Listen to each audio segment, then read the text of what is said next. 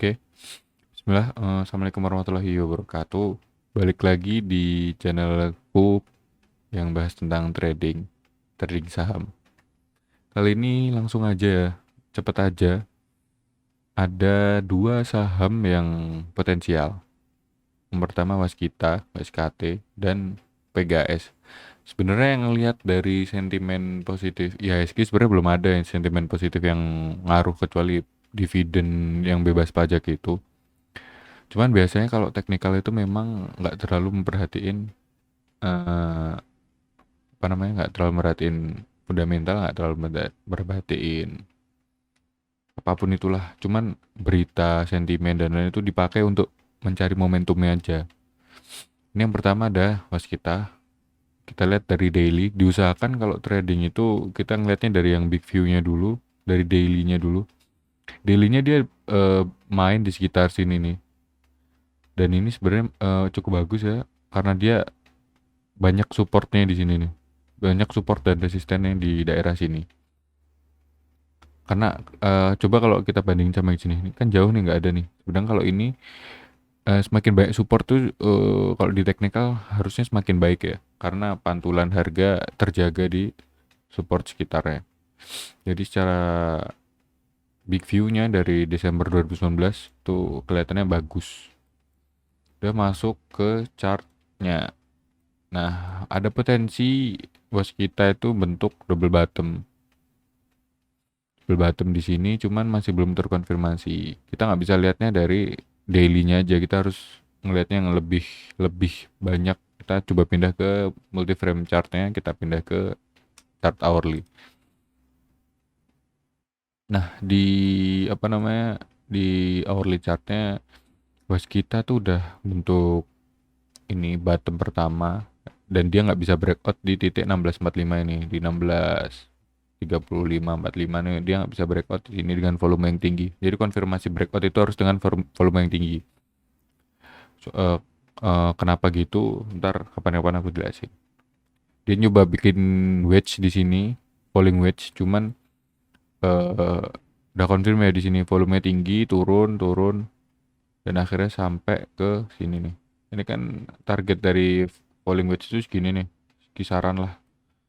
Dia sudah selesai dari penurunannya lah kira-kira. Dia udah sempat nyentuh harga paling rendah dari target di 14.10. Dia terkonsolidasi, ini hourly ya, ingat ini hourly. Dia terkonsolidasi di sini dan dia akhirnya closing di 14.55. Dia nggak nyampe closing di 14.50. Karena support terendahnya itu di 14.50, support yang ini.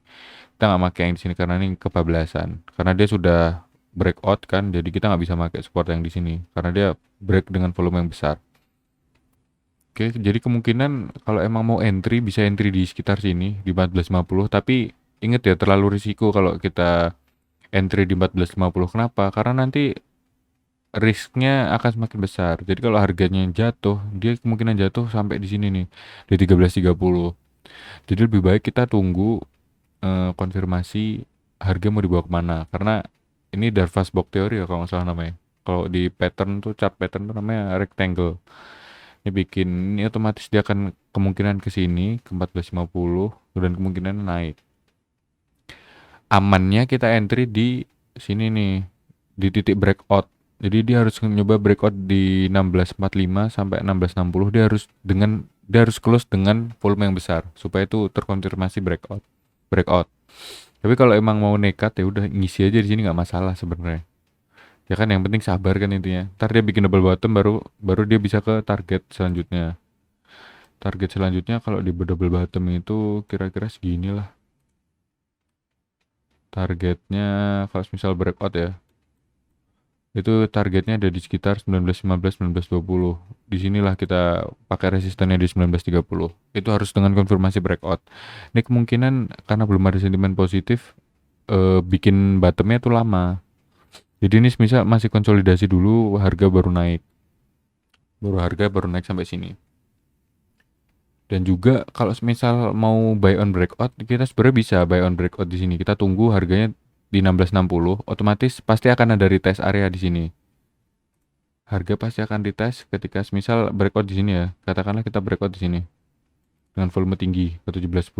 Harga itu pasti sebelum naik itu dia harus, ya nggak harus sih, kemungkinan besar dia akan balik dulu ke arah sekitar sini 1660. Jadi ketika candle besar, candle high volume di sini, konfirmasi dia tembus breakout, harga pasti akan cenderung turun dulu. Kenapa? Karena orang-orang yang dari bawah harus take profit dulu di sini sebelum dia target globalnya secara garis besarnya 1920. Cuman nggak menutup kemungkinan juga buat langsung ke 1920. Jadi kita tunggu aja konsolidasinya selesai kapan. Amannya sih gitu, kita beli buy on breakout, kita beli di retest areanya di sini di sekitar 1640. Kita konfirmasi dulu. Kalau enggak ya, kalau mau ya tetap di 1540 nggak masalah. Cuman ya risikonya semakin besar gitu. Karena harga bisa turun ke bawah. Ini yang di PGAS ya. Di Waskita. Selanjutnya ada di PGAS. Ini perusahaan gas negara. Sebenarnya ini sebenarnya udah lama banget sih. Nggak lama juga sih.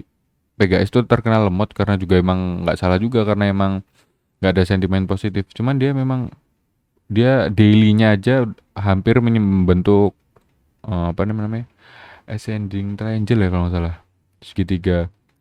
Nah ini kemungkinan besarnya bisa breakout sampai sini, sampai titik 18.800 lah kemungkinan. Cuman kita masih konsolidasi dulu di sini. Dan banyak orang yang di PGAS tuh nggak sabaran.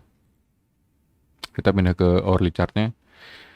Nah, tuh dia udah sempat berapa kali mantul, dia di hari apa itu kemarin dia sempat ke 15.15, cuman belum bisa breakout. Kalau mau amannya kita tunggu breakout di 15.3 15.45. Semisal dia breakout di 15.40 15.45 dengan volume tinggi, close-nya kemungkinan harganya akan naik sampai setinggi ini nih. Nah, kita tunggu breakoutnya aja. Lebih baiknya sih gitu. Tapi kalau mau dari bawah nggak sabaran ya udah nggak apa-apa. Karena hourly chartnya kan juga ini bikin triple bottom kalau nggak kelihatan ya. Ini retest lagi di sini, retest. Kemungkinan besok naik, kemungkinan ya. Jadi kita ngomongin teknikal, kita cuma bicara probabilitas doang. Jadi kalau mau beli di sini ya terserah, kan harga ada di apa? Keputusan ada di tangan trader ya. Cuman kalau misal ini breakout, ini kemungkinan breakoutnya besar. Karena nggak ada sentimen negatif ataupun positif ya. Jadi kemungkinan dia bergerak mengikuti psikologis pasar.